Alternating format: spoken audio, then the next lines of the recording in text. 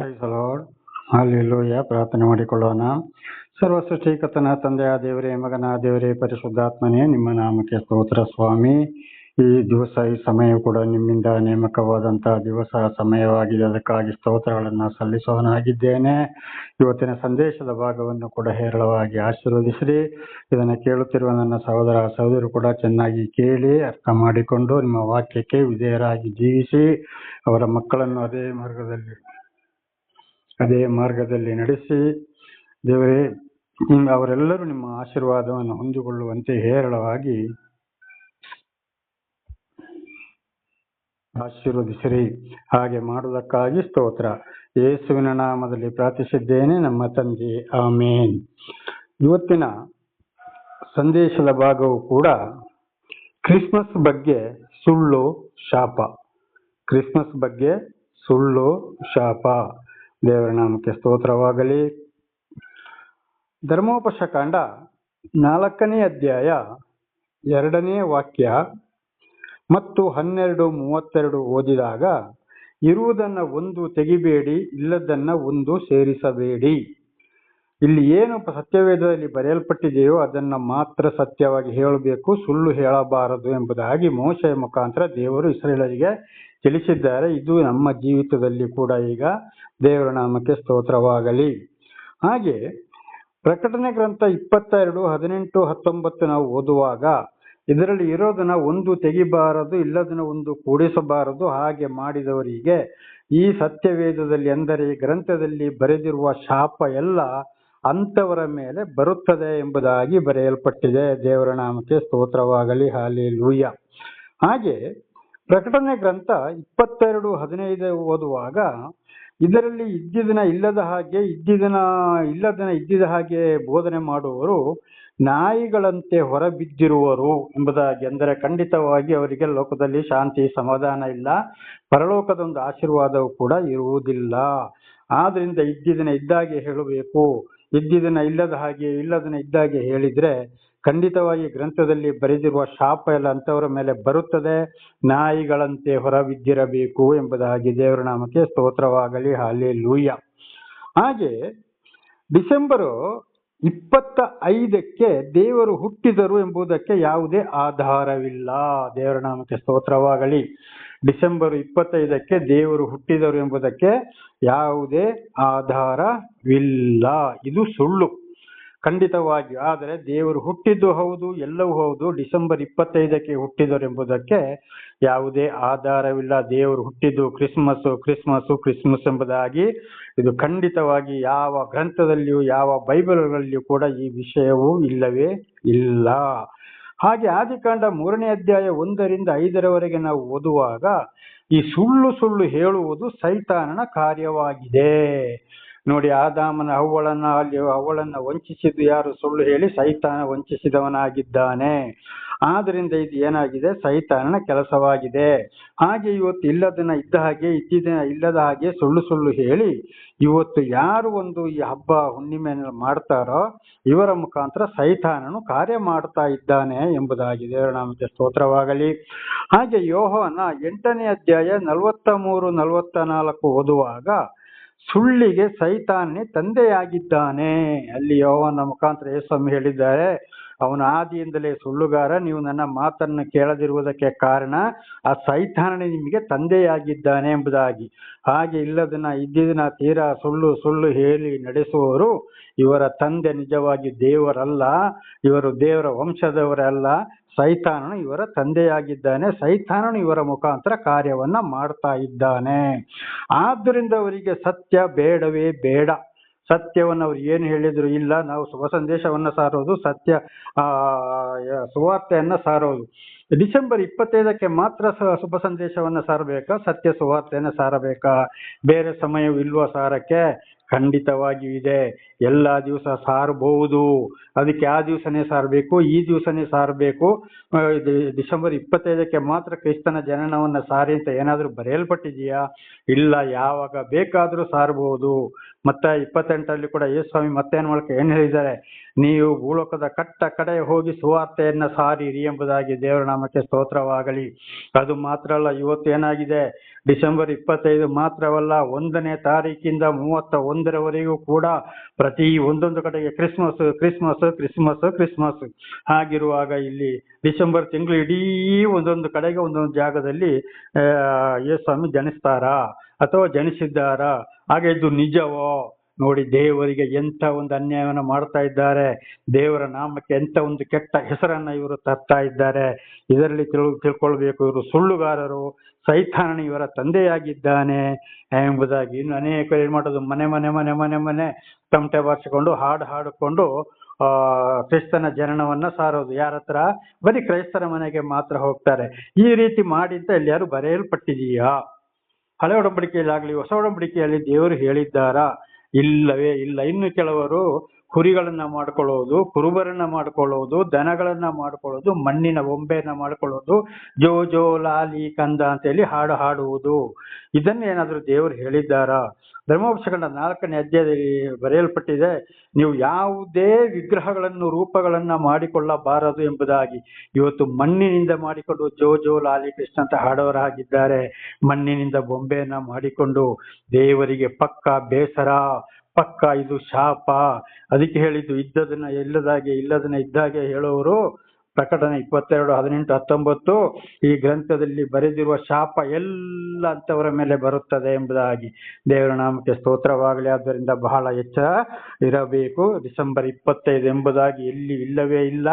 ನನ್ನ ಬರ್ತ್ಡೇಯನ್ನ, ನನ್ನ ಹುಟ್ಟು ಹಬ್ಬವನ್ನ ಮಾಡಿ ಆಚರಿಸೆಂಬುದಾಗಿ ಬರೆಯಲ್ಪಟ್ಟಿದೆಯಾ? ಇಲ್ಲವೇ ಇಲ್ಲ. ಹುಟ್ಟಿದ್ದು ಹೌದು, ಎಲ್ಲವೂ ಹೌದು. ಹಾಗಾದ್ರೆ ದೇವರು ಹುಟ್ಟಿದ್ದು ಹೌದು. ಯೆಶಾಯ 7:14, 9:6, ಮೀಕ 5:2, ಮತ್ತಾಯ 1:21-23, ಲೂಕ 1:31, ಅಪೊಸ್ತಲರ ಕೃತ್ಯ 13:23 ದೇವರು ಹುಟ್ಟಿದ್ದು ಹೌದು. ಯೆಶಾಯ 7:14, 9:6, ಮೀಕ 5:2, ಮತ್ತಾಯ 1:21-23, ಲೂಕ 1:31, ಅಪೊಸ್ತಲರ ಕೃತ್ಯ 13:23 ಓದುವಾಗ ಇಲ್ಲಿ ದೇವರು ಹುಟ್ಟಿದ್ದು ಹೌದು, ಮನುಷ್ಯನ ಅವತಾರವೆತ್ತಿ. ದೇವರ ನಾಮಕ್ಕೆ ಸ್ತೋತ್ರಗಳೇ. ಯೋವನ್ನ 1:1-3 ಕೂಡ ನೋಡುವಾಗ, ಆದಿಯಲ್ಲಿ ವಾಣಿ ಇತ್ತು, ವಾಣಿ ದೇವರ ಬಳಿಯಲ್ಲಿ ಇತ್ತು, ಅವರ ಮೂಲಕ ಸರ್ವವು ಉಂಟಾಯಿತು. ಯೋವನ್ನ 1:14 ನೋಡುವಾಗ ಮನುಷ್ಯನ ಅವತಾರವೆತ್ತಿ ಬಂದ ಎಂಬುದಾಗಿ ಕೂಡ ಬರೆಯಲ್ಪಟ್ಟಿದೆ. ಹುಟ್ಟಿದ್ದು ಹೌದು. ಆದರೆ ಡಿಸೆಂಬರ್ 25 ಅಂತ ಹೇಳುವಂಥದ್ದು ಯಾವುದೇ ಬೈಬಲಲ್ಲಿ, ಯಾವುದೇ ಸತ್ಯವಿದ್ದಲ್ಲಿ ಕೂಡ ಆಧಾರವಿಲ್ಲ. ಇದು ಬರೀ ಸುಳ್ಳಾಗಿದೆ. ದೇವರ ನಾಮಕ್ಕೆ ಸ್ತೋತ್ರವಾಗಲಿ. ಹಲ್ಲೆಲೂಯಾ. ಹಾಗೆ ಇದನ್ನು ಮತ್ತೆ ಮುಂದೆ ನೋಡುವಾಗ, ಇದರಲ್ಲಿ ಹುಟ್ಟು ಹಬ್ಬವನ್ನು ಮಾಡಿದ್ದಲ್ಲಿ ಬರ್ದು ಇಲ್ಲ, ಮಾಡಲು ಇಲ್ಲ. ಆವಾಗ ದೇವರ ಹಬ್ಬ ಹುಟ್ಟು ಹಬ್ಬ ಕ್ರಿಸ್ಮಸ್ ಅಂತೇಳಿ ಉತ್ಸವ ದಿನ ಮಾಡುವುದು ದೇವರಿಗೆ ಬಹಳ ಬೇಸರವಾಗಿದೆ. ಯೆಶಾಯ 1:14-16 ನೋಡುವಾಗ, ನೀವು ಇಂಥ ಆಡಂಬರ ಕೂಟಗಳನ್ನು, ಉತ್ಸವ ದಿನ, ಹಬ್ಬ ಹುಣ್ಣಿಮೆ ಮಾಡಿದ್ರೆ, ಪ್ರಾರ್ಥನೆ ಮಾಡಿದ್ರೆ, ನಿಮ್ಮ ಪ್ರಾರ್ಥನೆಯನ್ನ ಕಿವಿಬಿಟ್ಟು ಕೇಳೋದಿಲ್ಲ, ನಾನು ನಿಮ್ಮ ಕೈಗಳನ್ನ ನಾನು ನೋಡುವುದಿಲ್ಲ, ಇದು ನನಗೆ ಸಹಿಸಲಾರದ ಬೇಸರ ಎಂಬುದಾಗಿ ಹೇಳಿದ್ದಾರೆ. ದೇವರ ನಾಮಕ್ಕೆ ಸ್ತೋತ್ರವಾಗಲಿ. ನನ್ನ ಹೆಸರನ್ನು ಹೇಳ್ಕೊಂಡು ಯಾವುದೇ ಹಬ್ಬ ಹುಣ್ಣಿಮೆ ನೀವು ಆಡಂಬರ ಮಾಡಬೇಡಿ, ಖಂಡಿತವಾಗಿ ನನಗೆ ಸಹಿಸಲಾರದ ಇದು ಬೇಸರ. ಆಗ ಇವತ್ತು ಕ್ರಿಸ್ಮಸ್ ಬಿರಿಯಾನಿ ಚರ್ಚ್ಗಳಲ್ಲಿ ನಾನಾ ರೀತಿ ವಿಗ್ರಹಾರಾಧನೆ, ಸೈತಾನ ಕಾರ್ಯಗಳನ್ನ ಮಾಡಿಕೊಳ್ಳುವಂಥದ್ದು, ಕುಡಿಯೋದು, ತಿನ್ನೋದು, ಮಜೆ ಮಾಡುವುದು, ಅದರ ಮಧ್ಯದಲ್ಲಿ ಮದ್ಯಪಾನ ಕೂಡ ಮಾಡುವಂತ ಕ್ರೈಸ್ತರು ಇದ್ದಾರೆ. ಇದೆಲ್ಲವೂ ದೇವರಿಗೆ ಸಹಿಸಲಾರದಂತ ಬೇಸರ ಉತ್ಸವ ದಿನ. ಆದ್ದರಿಂದ ಮಾಡಲೇಬಾರದು. ಆಗ ಮಾಡಬೇಕಾಗಿದ್ದು ಏನು? ಯೆಶಾಯ 1:17 ನೋಡುವಾಗ ಅಲ್ಲಿ ಇದನ್ನ ಅನಾಥ ವಿಧವೆಯರು, ಅನಾಥ ಮಕ್ಕಳಿಗೆ, ಬಡ ಬಗ್ಗರಿಗೆ ಇದನ್ನ ಮಾಡುವುದನ್ನ ನೀವು ಅವರಿಗೆ ಮಾಡಿರಿ, ಅದು ನನಗೆ ಮಾಡಿದ ಹಾಗೆ ಎಂಬುದಾಗಿ.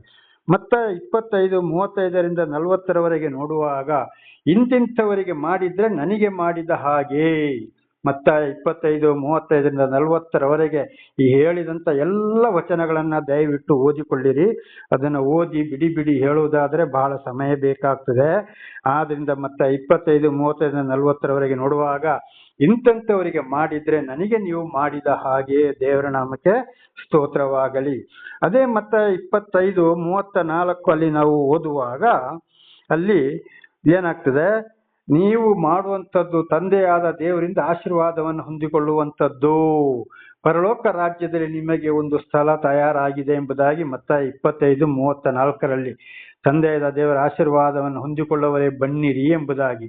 ಆವಾಗ ಹಬ್ಬ ಹುಣ್ಣಿಮೆ ಅಂತ ಹೇಳಿ ಅವರವರು ತಿಂದು ಅವರವರೇ ಬೇಕಾದವರನ್ನ ಬರಮಾಡಿಕೊಂಡು ಅವರವರೇ ಮಜಾ ಮಾಡಿಕೊಂಡು ಅವರವರೇ ಅಲಂಕಾರ ಮಾಡಿಕೊಂಡು ಮಾಡೋದಕ್ಕಿಂತ ಅನಾಥ ಮಕ್ಕಳು ಅನಾಥ ವೃದ್ಧರು ಕಷ್ಟ ಸಂಕಟ ದುಃಖದಲ್ಲಿ ಇರೋವರಿಗೆ ಸಹಾಯ ಮಾಡಿಕೊಂಡು ಅವರಿಗೆ ದೇವರ ವಿಷಯವನ್ನ ಸಾರುತ್ತಾ ಹೋಗುವುದೇ ಪರಲೋಕ ರಾಜ್ಯ. ಇದು ಇವತ್ತು ಮಾಡಬೇಕಾಗಿದ್ದು.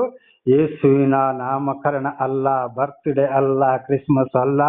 ಇದು ಬಹಳ ಶಾಪ ಎಂಬುದಾಗಿ ಬೈಬಲ್ ವಾಕ್ಯ ನಮಗೆ ಸ್ಪಷ್ಟವಾಗಿ ತಿಳಿಸ್ತದೆ. ಇಲ್ಲಿವರೆಗೆ ಹೇಳಿದಂತ ವಾಕ್ಯಗಳನ್ನು ಕೂಡ ಚೆನ್ನಾಗಿ ಓದಿಕೊಳ್ಳಿರಿ. ಒಂದು ವೇಳೆ ಇದನ್ನು ಮಾಡದ ಹೋದರೆ ಮತ್ತಾಯ 25:41-40 ನೋಡುವಾಗ ಅಲ್ಲಿ ಈ ದೇವರ ವಾಕ್ಯಕ್ಕೆ ವಿರುದ್ಧವಾಗಿ ನಡೆದವರಿಗೆ ಬಹಳ ಶಾಪ ಎಂಬುದಾಗಿ ಬರೆಯಲ್ಪಟ್ಟಿದೆ. ಮತ್ತಾಯ 25:41-46 ಆದರೆ 46 ವಚನದಲ್ಲಿ ನೋಡುವಾಗ ದೇವರ ವಾಕ್ಯಕ್ಕೆ ವಿಧೇಯರಾದವರಿಗೆ ಆಶೀರ್ವಾದ, ವಿಧೇಯರಾಗದವರಿಗೆ ಶಾಪ. ದೇವರ ವಾಕ್ಯಕ್ಕೆ ವಿರುದ್ಧವಾಗಿ ಯಾರ್ಯಾರು ಹಬ್ಬ ಹುಣ್ಣಿಮೆ ಅಮಾವಾಸ್ಯೆಯನ್ನು ಮಾಡ್ತಾರೋ, ಇಂತಿಂಥವರಿಗೆ ಮಾಡಿ ಅಂತ ಹೇಳಿದನ್ನ ಮಾಡೋದಿಲ್ವೋ, ಪ್ರೀತಿ ಮಾಡೋರನ್ನೇ ಪ್ರೀತಿ ಮಾಡ್ಕೊಂಡು ಹೋಗ್ತಾರಾ, ಇವರೆಲ್ಲರೂ ಶಾಪಗ್ರಸ್ತರು ಎಂಬುದಾಗಿ ಸ್ಪಷ್ಟವಾಗಿ ಅಲ್ಲಿ ಯೇಸುಸ್ವಾಮಿ ಮತ್ತಾಯನ ಮೂಲಕ ಎಚ್ಚರಿಸ್ತಾ ಇದ್ದಾರೆ. ಆದ್ರಿಂದ ಬಹಳ ಎಚ್ಚರ. ಇನ್ನು ಕೆಲವರು ಏನ್ ಮಾಡ್ತಾರೆ ಅಂದ್ರೆ ಈ ಹಬ್ಬ ಹುಣ್ಣಿಮೆ ಅಲಂಕಾರ ಕ್ರಿಸ್ಮಸ್ ಅಂತ ಹೇಳ್ಕೊಂಡು ಅದರಲ್ಲಿ ಸ್ತ್ರೀಯರು ಜಾಸ್ತಿ. ಯೆಶಾಯ 3:16-24, 1 ತಿಮೋಥಿ 2:9-10, ಧರ್ಮೋಪದೇಶಕಾಂಡ 22:5 ಇದನ್ನಲ್ಲಿ ನೋಡುವಾಗ ಮತ್ತು ಯೆಶಾಯ 32:9-14, ಯೆಶಾಯ 3:16-24, 1 ತಿಮೋಥಿ 2:9-10, ಧರ್ಮೋಪದೇಶಕಾಂಡ 22:5, ಯೆಶಾಯ 32:9-14 ಓದುವಾಗ ಇಲ್ಲಿ ಸ್ತ್ರೀಯರ ಅಲಂಕಾರಗಳು, ತುಟಿಗೆ ಕಾಲುಗುರು ಕೈಗುರುಗಳಿಗೆ ಬಣ್ಣ ಹಾಕೋದು, ನಾನಾ ತರದ ಅಲಂಕಾರದ ಬಟ್ಟೆಗಳನ್ನ ಹಾಕಿಕೊಳ್ಳುವಂಥದ್ದು, ಸ್ತ್ರೀಯರು ಪುರುಷರಾಗಿ ಬಟ್ಟೆಗಳನ್ನು ಹಾಕಿಕೊಳ್ಳುವಂಥದ್ದು, ಸೆಲ್ಫಿ ತಗೊಳ್ಳುವಂಥದ್ದು, ಮುಖಕ್ಕೆ ಬಣ್ಣ ಹೊಡೆಯುವಂಥದ್ದು, ವೇಷ ಹಾಕಿ ಕುಣಿಯುವಂಥದ್ದು, ಇದೆಲ್ಲ ದೇವರಿಗೆ ಸಹಿಸಲಾರದ ಬೇಸರ ನನ್ನ ಸಹೋದರಿಯರೇ. ಆದ್ದರಿಂದ ದಯವಿಟ್ಟು ತಗ್ಗಿಸಿಕೊಂಡು ದೇವರ ವಾಕ್ಯದ ಪ್ರಕಾರ ತನ್ನ ಶರೀರವನ್ನು ಅಲಂಕರಿಸಿಕೊಳ್ಳಬೇಕು. ಮೈ ತುಂಬ ಮರ್ಯಾದೆಗೆ ತಕ್ಕಾದ ಬಟ್ಟೆ, ಆದರೆ ಪುರುಷರ ಹಾಗೆ ವೇಷ ಬಟ್ಟೆ ಹಾಕೊಳ್ಳಬಾರದು.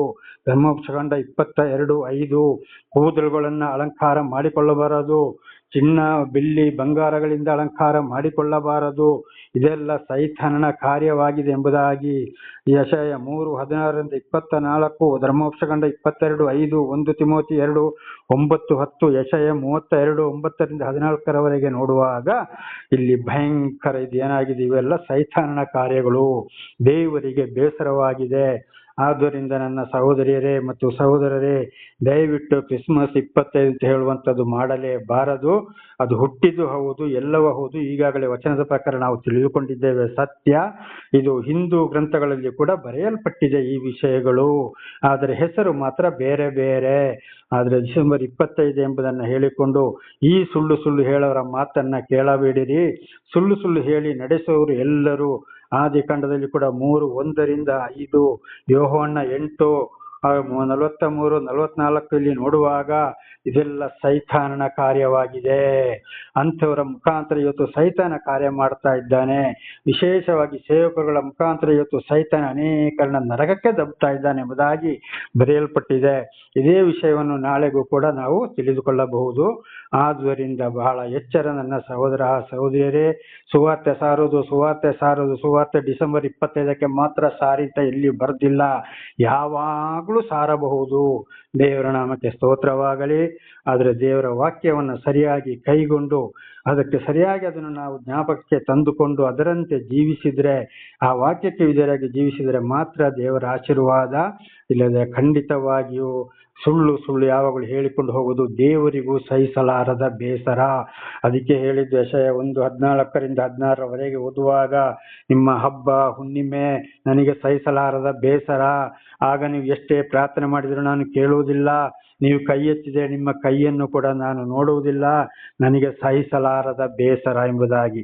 ಅದರ ಬದಲು ನಾವು ಈಗಾಗಲೇ ಓದಿದ ಹಾಗೆ ಇಲ್ಲಿ ಮತ್ತಾಯ 25:35-40 ಮತ್ತು ಯೆಶಾಯ 1:17 ಓದಿದ ಹಾಗೆ ಇಂಥ ದಿನ ನಾನಾ ಥರ ಅನಾಥ ಮಕ್ಕಳು, ಅನಾಥ ಆಶ್ರಮ, ಕಷ್ಟ ಸಂಕಟ ದುಃಖದಲ್ಲಿದ್ದ ಬಡ ಬಗ್ಗರಿಗೆ ಇಂಥ ದಿನ ತಗೊಂಡೋಗಿ ಅಲ್ಲಿ ದಾನ ಮಾಡಬೇಕು.